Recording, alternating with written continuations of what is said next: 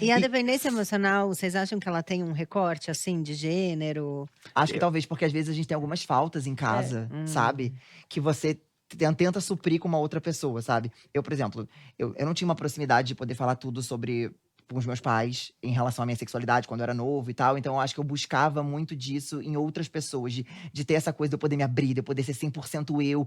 E aí me afogar naquelas relações, sabe? Porque às vezes existia uma falta, que foi o que você falou no começo. Eu acho que as faltas fazem a gente entrar nessas situações, sabe? Também. Eu não consigo ter certeza disso. Uhum. Mas eu acho que os recortes, eles já são recortes, né? Justamente porque a gente é um rompimento de necessidades básicas, né? Quando a gente fala num campo mais social, enquanto pessoas negras, pessoas LGBTQIA+, mulheres, a gente acaba tendo consequências daquilo que é necessidade, porque a sociedade, enfim, é muito tóxica em vários conceitos. Sim. Então, se já é tendencioso a isso nas necessidades básicas e naturais, quando a gente chega no campo emocional, que também é uma necessidade básica, mas não é lidada dessa forma, fica mais precário ainda, fica mais difícil ainda. Então, eu acho que talvez, eu não, como eu falo, não consigo ter certeza, porque acho que cada cenário é um cenário, não consigo olhar diferente, mas se tem, se analisa, né? Se toda a história é uma história, acho que as coisas caminham da mesma maneira. E sabe? eu acho que tem um lugar muito. Nossa, pensei em muita coisa. Eu também. Foi muito longe. É difícil. Fui muito longe, mas vou tentar Sim. levar vocês pro lugar onde eu Tá, cheguei. estamos prontos. A gente Eu chega. vou começar pelo fácil e talvez no final eu me enrole. Aham. Mas é porque eu acho que. Primeiro que pra gente poder fazer ou ser algo, a gente tem que ter tido essa referência quando a gente é mais novo, Faz sabe? sentido. Se a nossa referência de amor paterno e materno já começa tóxica, a gente aprende e aceita que isso é certo. Sim. E é muito mais fácil a gente reproduzir isso em qualquer relacionamento. relacionamento. Amizade, trabalho, romântico, o que quer que seja. Então, e aí indo para os recortes, eu acho que quanto mais recortes sociais você tem, quanto mais minorias você está, menos a referência afetiva saudável você tem na sua família e disponível em você. Se a gente para ver que, tipo, que mulheres pretas retintas têm a possibilidade, de porcentagem mesmo, muito menor de conseguir encontrar um parceiro romântico que queira ficar com ela o resto da vida, as chances dela conseguir ter um relacionamento saudável, então, são menores ainda, porque é a porcentagem da porcentagem. Sim. Então, quanto mais marginalizado você vai sendo, mais Se vocês colocam em situações, mais né? situações, você tende a se colocar em situações que não são saudáveis, né, nesse lugar da dependência emocional. E aí eu entro num lugar que eu já falei aqui, da pirâmide de Maslow, que é uma pirâmide de um sociólogo que fala sobre as necessidades básicas do ser humano. Que a autorrealização, você tá bem com você, consigo mesmo e nas suas relações, é tipo o topo da pirâmide. Antes, para você chegar nesse lugar, você precisa passar por muitas coisas. Que é tipo sobrevivência, alimentação, segurança, família, amigos, diversão, estabilidade financeira. E aí, quando você vai alcançando, vai sustentando esses degraus, você consegue chegar na autorrealização. Sim. E se você não tem na autorrealizado, como é que você será uma pessoa independente emocionalmente? E aí isso tudo entra nos recortes, né? Porque a pessoa pobre, a pessoa favelada, a pessoa preta retinta, Sim. tá São muitas camadas.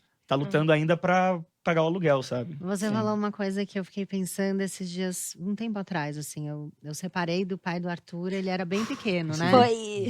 Conseguiu.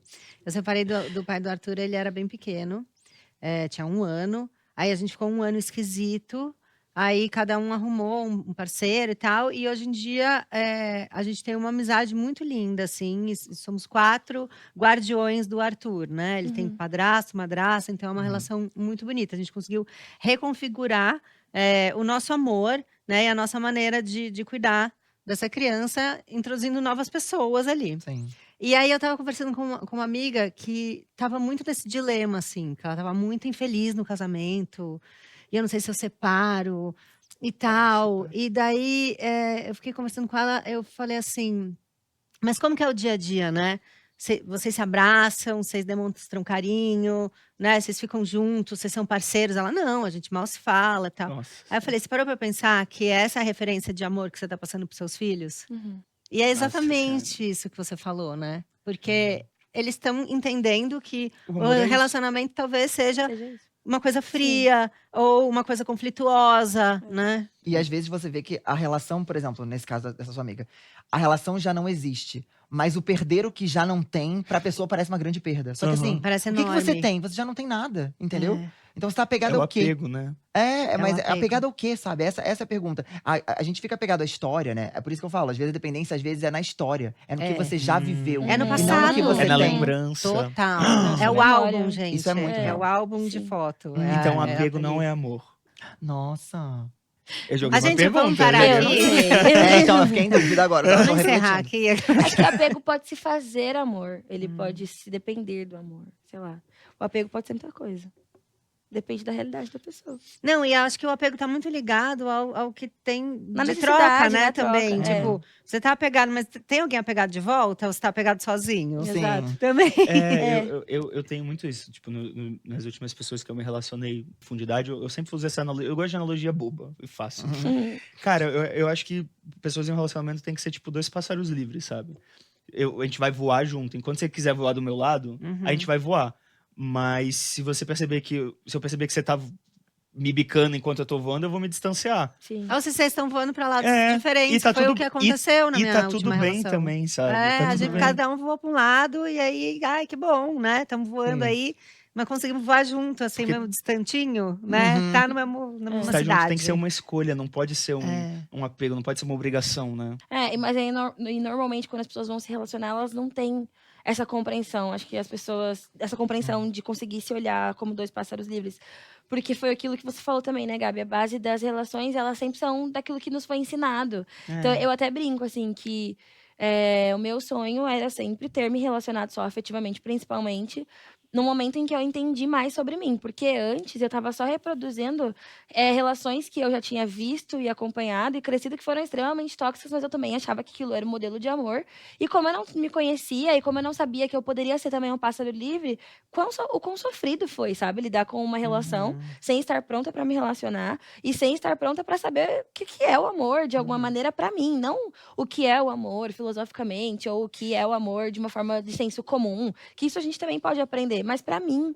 E aí eu fui só reproduzindo relacionamentos que eu já também falava, nossa, que relacionamento ó, mas eu também não descobri uma maneira de ser melhor para mim. Então, tipo, até a gente conseguir ter relacionamentos estáveis, que permite ter uma liberdade, você precisa que você esteja bem com você e que o outro também faça o trabalho dele com ele mesmo. E aí ferrou, Não porque é não muito depende só de você, difícil. é um conjunto ali.